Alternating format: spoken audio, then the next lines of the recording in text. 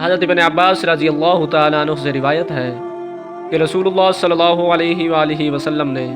معاذ رضی اللہ تعالیٰ عنہ کو یمن بھیجا تو فرمایا، تم اہل کتاب کے پاس جا رہے ہو، انہیں اس گواہی دینے کی طرف دعوت دینا کہ اللہ کے سوا کوئی معبود برحق نہیں، اور بے شک محمد صلی اللہ علیہ وآلہ وسلم اللہ کے رسول ہیں۔ اگر وہ اس میں تمہاری اطاعت کر لیں تو انہیں بتاؤ کہ اللہ نے دن رات میں ان پر 5 نمازیں فرض کی ہیں۔ اگر وہ اس میں بھی تمہاری اطاعت کریں تو انہیں بتانا کہ اللہ نے ان پر صدقہ فرض کیا ہے، جو ان کے مالداروں سے لے کر ان کے ناداروں کو دیا جائے گا۔ اگر وہ تمہاری یہ بات بھی مان لیں تو پھر ان کے اچھے اچھے مال لینے سے اجتناب کرنا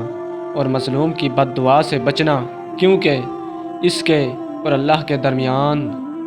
کوئی حجاب نہیں۔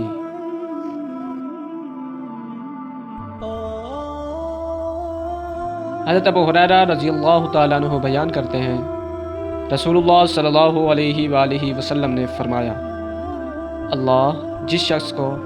مال عطا فرمائے اور پھر وہ شخص اس کی زکوٰۃ ادا نہ کرے تو روز قیامت اس کے مال کو گنج اژدہا کی صورت میں بنا دیا جائے گا۔ اس کی آنکھوں پر 2 نقطے ہوں گے، اس کو اس کے گلے کا ہار بنا دیا جائے گا، پھر وہ اسے جبڑوں سے پکڑ کر کہے گا، میں تیرا مال ہوں، میں تیرا خزانہ ہوں۔ پھر آپ نے یہ آیت تلاوت فرمائی، جو لوگ بخل کرتے ہیں